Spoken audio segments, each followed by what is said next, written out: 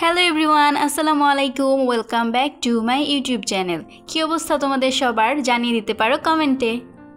আজকের ভিডিওটা আরও একটা ডেইলি লাইফ ব্লগ। সারাদিন কী করলাম, কোথায় গেলাম, কি করলাম, কি খেলাম, এগুলোই আজকের ভিডিওতে থাকছে। সকাল সকাল উঠে গিয়েছি, এখন বাজে সকাল 6:30। আজকে শুক্রবার, কিন্তু তবু আমি আমার স্টুডেন্টদেরকে পড়াবো, ওদের ম্যাথ পরীক্ষা, তাই ভাবলাম সকালবেলা পড়িয়ে দেই, বিকালবেলা বাইরে যাওয়া থাকে। তো এই জন্য সকালবেলা উঠে প্রথমে ওদের জন্য একটু নুডলস রান্না করে নিলাম। জানি সকালবেলা একজনও নাস্তা করে আসবে না, এই জন্য একটু ওদের জন্য রান্না করছিলাম আমি। আর আরেক পাশে আমি খিচুড়ি রান্না করছিলাম আমার আর আম্মুর জন্য। খিচুড়ি আমি মোটামুটি রান্না করতে পারি, আর পোলার চালের রিস্ক নেই, ভাতের চাল দিয়ে রান্না করতেছিলাম। তো এই তো খিচুড়িটা হয়ে গেছে, এখন আমি জাস্ট এটাতে একটু ঘি দিয়ে দিব। আর এদিকে সময় হয়ে গেছে ওদের পড়তে আসার, তারপর ওদেরকে পড়িয়ে এখন আমি নাস্তাটা করে নিব। ছুটি দিয়ে দিয়েছি সবাইকে, আর আম্মুর সাথে একটু আলু ভর্তা করেছিল। এখন আমি নাস্তাটা করে নিচ্ছিলাম, নাস্তা করে তারপর আরও বাকি কাজ করব। আজকে আমি একটু অসুস্থ ছিলাম, তাই ঘরের আর কোনো কাজই করিনি, শুয়ে বসেছিলাম সারাদিন। তো ভাবলাম একটু চুলে প্যাক দেই। এই তো অ্যালোভেরা নিয়ে আসলাম ছাদের গাছ থেকে।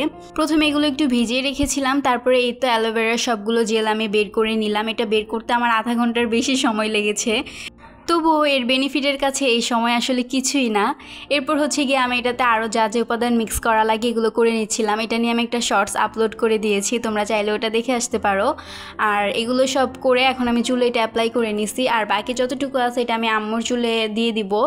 তারপর আম্মু বাকি কাজ করবে ঘরের। এখন আমি জাস্ট এটা আম্মুর চুলে অ্যাপ্লাই করে দিয়েছিলাম।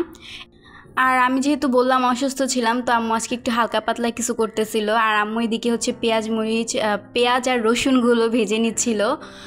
আমিও আম্মুকে হেল্প করতেছিলাম এগুলো ভাজতে। আম্মু আজকে শুটকি ভর্তা করবে।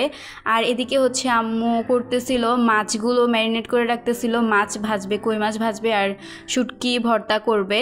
এই তো কথা বলতে বলতে আম্মু শুটকি ভর্তা করাও শেষ। এই ভর্তাটা এত মজা লাগে, পেঁয়াজ আর রসুনগুলো এখানে আস্তে আস্তে থাকে, আর এগুলো যখন কামড়ে পড়ে খুবই মজা লাগে খেতে।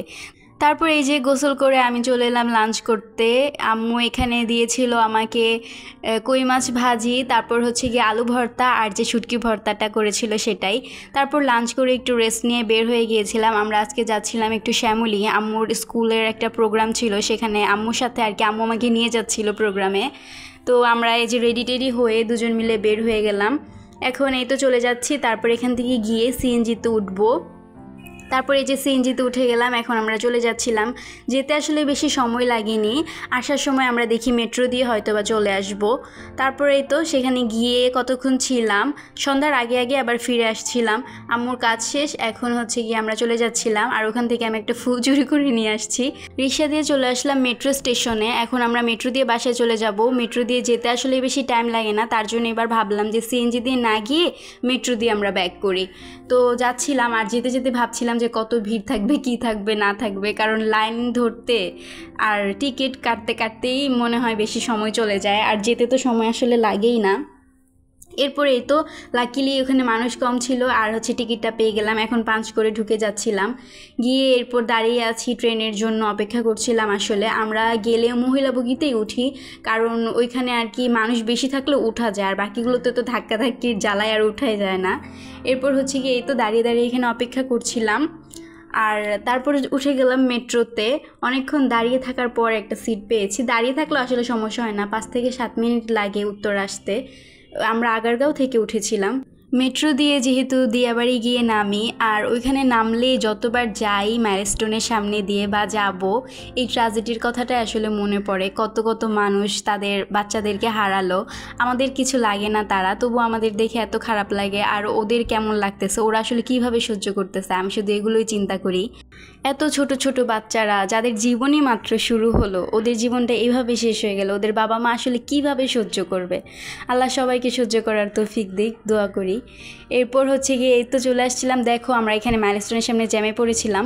বিমানটা কত নিচ দিয়ে যাচ্ছে, তো যখন কেউ দেখবে যে একটা কিছু হচ্ছে, উপরে একটা কিছু ব্রাস্ট হয়েছে, এটা নিচে পড়তেছে, তার সরতে সরতেই তো পড়ে যাবে, মানে কোনো উপায় নেই, এত নিচ দিয়ে যাচ্ছিল। কথা বলতে বলতে এই যে বাসায় চলে আসলাম। আর এতক্ষণ তো বাইরের আকাশের ভিউ দেখলাম, এখন আমাদের ওই যে রান্নাঘর থেকে যে আকাশটা দেখা যায় এটার ভিউ দেখো। মাশাল্লাহ, আজকের ওয়েদারটা যেমন ভালো ছিল, আর আকাশটা এত সুন্দর লাগতেছিল দেখতে, ঠান্ডা ঠান্ডা পড়ছিল। এরপর হচ্ছে কি আসার সময় আমি আবার আইসক্রিম কিনে নিয়ে আসছিলাম। আম্মুই আসলে নিয়ে আসছিল আইসক্রিম কিনে। এখন এই আইসক্রিমগুলো আমরা একটু খেয়ে নিব। এগুলো আর কি বের করে নিচ্ছিলাম, এতক্ষণ ফ্রিজে রেখেছিলাম যতক্ষণ ফ্রেশ হচ্ছিলাম। ফ্রেশ হয়ে তো এখন আইসক্রিমটা খেয়ে নিচ্ছি। আর তারপর আমি একটা মালটা কেটেছিলাম, মালটা খাচ্ছিলাম। ডোন্ট জাজ, কারণ আমি চানাচুর, ভাত, ফল যাই খাই না কেন আমি এই প্লেটেই নিয়ে খাই। এটাই আমার পছন্দ। এই প্লেটটাতে আমি যাই খাই তাড়াহুড়া করে নিয়ে এই প্লেটটার মধ্যে নিয়ে জাস্ট খেয়ে ফেলি। সো কেউ জাজ করো না প্লেটের জন্য।